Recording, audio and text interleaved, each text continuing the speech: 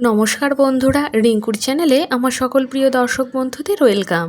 আজকে আমি আপনাদের সাথে নতুন স্বাদের পটলের একটি রেসিপি শেয়ার করতে চলেছি, যেটা এই গরমের দিনে বানালে ভীষণ টেস্টি খেতে লাগে।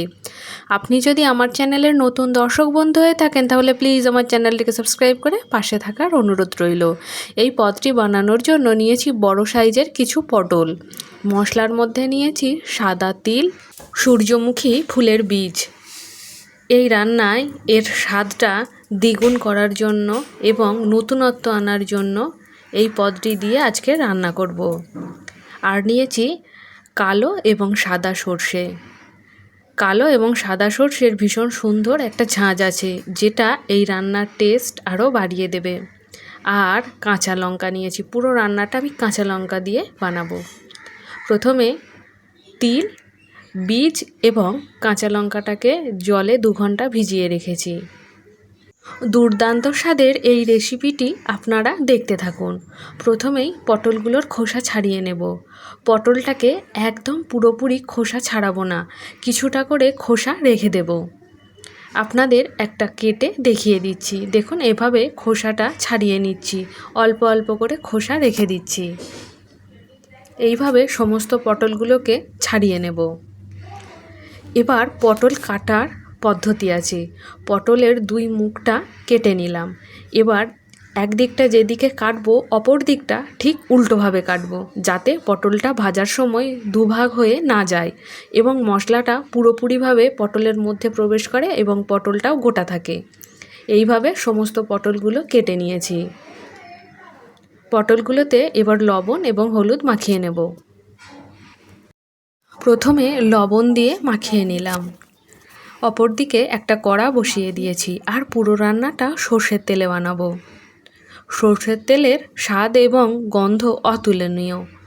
তেলটাকে খুব ভালোভাবে গরম করে নেব। এবার ওর মধ্যে লবণ এবং হলুদ মাখানো পটলগুলো একে একে ছেড়ে দেব। পটলগুলোকে বেশ লাল লাল করে ভেজে নেব। আমার এই নিত্য নতুন রেসিপিগুলো আপনাদের কেমন লাগছে অবশ্যই কমেন্টের মাধ্যমে আমাকে জানাবেন। ভালো লাগলে একটা লাইক দেবেন এবং আপনাদের প্রিয় বন্ধুবান্ধবদের সাথে শেয়ার করার অনুরোধ রইল।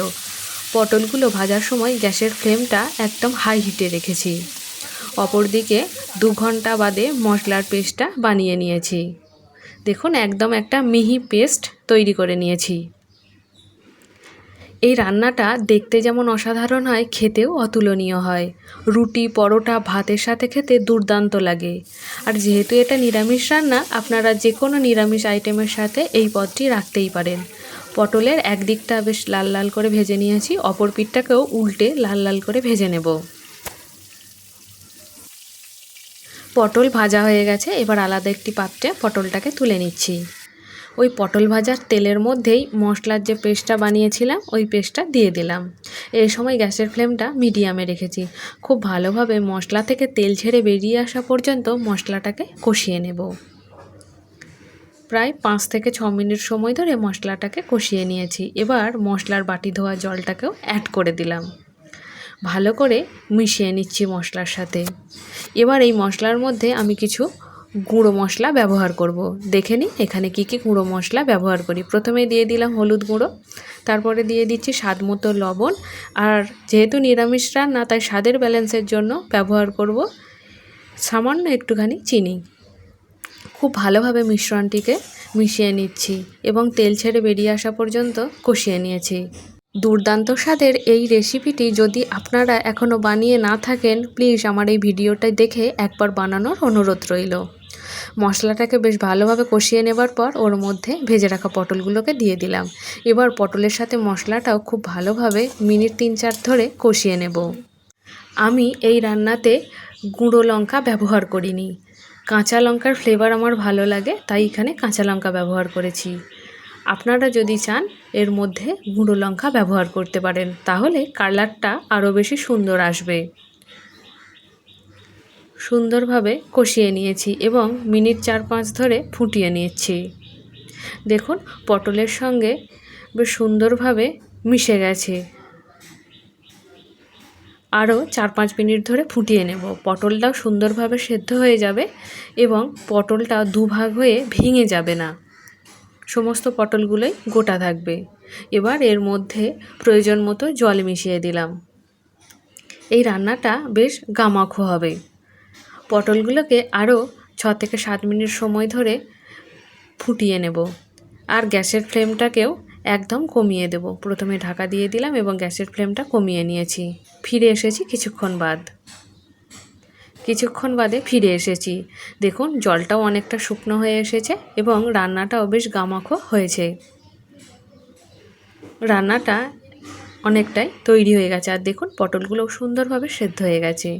যেহেতু এর মধ্যে সর্ষে দিয়েছি এবং এর স্বাদটা একটু টক ঝাল মিষ্টি স্বাদের হয়, তাই এখানে আমি টক স্বাদের ফ্লেভার আনার জন্য এখানে লেবু ব্যবহার করলাম। আপনারা চাইলে এখানে তেঁতুল জলও ব্যবহার করতে পারেন। গরমের মধ্যে এরকম টক ঝাল মিষ্টি স্বাদের রান্না খেতে আশা করছি আমাদের সকলেরই ভালো লাগে। গ্যাসের ফ্লেমটা অফ করে দিলাম।